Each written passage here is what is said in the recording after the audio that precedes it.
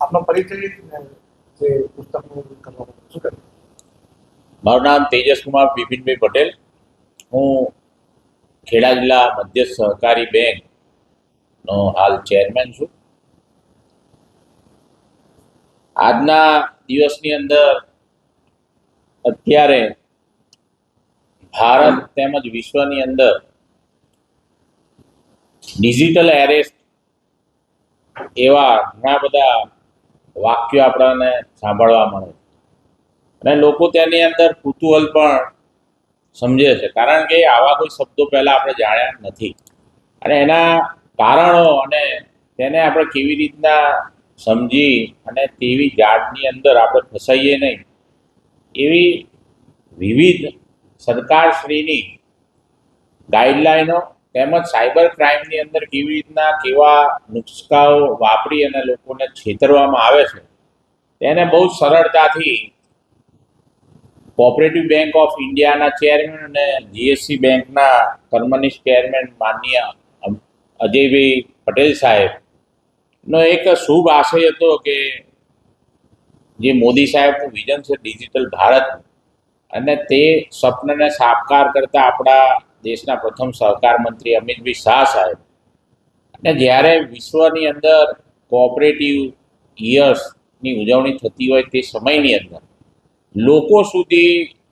આ જે લોકો સાયબરની અંદર જે થ્રેટ કરી રહ્યા છે તે કેવી ટાઈપના અને કેવી રીતના કરવામાં આવે છે એની ખૂબ સરળતાથી સાયબર ક્રાઇમ બ્રાન્ચ પોલીસના માધ્યમથી આખી એક જાણકારી માટેની એક બુક તૈયાર કરી અને આ બુકને નાનામાં નાના માણસોથી લઈ અને સ્કૂલ અને સરપંચો અને તાલુકા પંચાયતોના માધ્યમથી દરેક ડિસ્ટ્રિક્ટ કોઓપરેટિવ બેંકની બ્રાન્ચોમાં એમ કરીને આખા ગુજરાતની અંદર લગભગ 15 લાખ જેવી પુસ્તિકાઓ વિના ખર્ચે એની પ્રસિદ્ધિ માટે બનાવી અને તેને સરળતાથી લોકો સુધી પહોંચે, કાયમ એનું એકબીજાની સાથે નોલેજ મેળવે તેવા આશયથી આજે ખેડા જિલ્લા મધ્ય સહકારી બેંકને પણ આવી 2 લાખ જેવી પુસ્તિકાઓ આપવામાં આવી છે અને તેને દરેક સ્કૂલના છોકરાઓને, દરેક સ્કૂલમાં ભણતા લોકોને અવેરનેસ થાય તે વિષયને લઈને આ બેંક દ્વારા દરેક બ્રાન્ચમાં પણ તમને ઉપલબ્ધ થશે. અને આ સાયબર સિક્યુરિટીની બુકની અંદર કેવી રીતના ડિજિટલ થ્રેટ એટલે કે કોઈ પણ તમારા ખાતામાંથી પૈસા કેવી રીતના લઈ જઈ શકે છે એ આપણી અવેરનેસ ના હોવાના કારણે થાય છે. બાકી સરકારની એટલી સારી સુવિધાઓ હોય છે, પરંતુ આપણે કંઈક ના કંઈક બાબતે આપણે અજાણ હોતા આવીએ છીએ. તેનો આ જે નકારાત્મક લોકો છે તેનો દુરુપયોગ કરી અને લોકોની બહુ મૂલો જે આર્થિક વ્યવહાર છે એ કંઈક ને કંઈક રીતના લઈ જાય. હમણાં જ આપણે છેલ્લા 2 દિવસથી ટીવીમાં જોઈએ છે કે ખૂબ ભણેલા લોકોને પણ આજે આપણે ગાંધીનગરની અંદર જો જોઈએ તો ડિજિટલ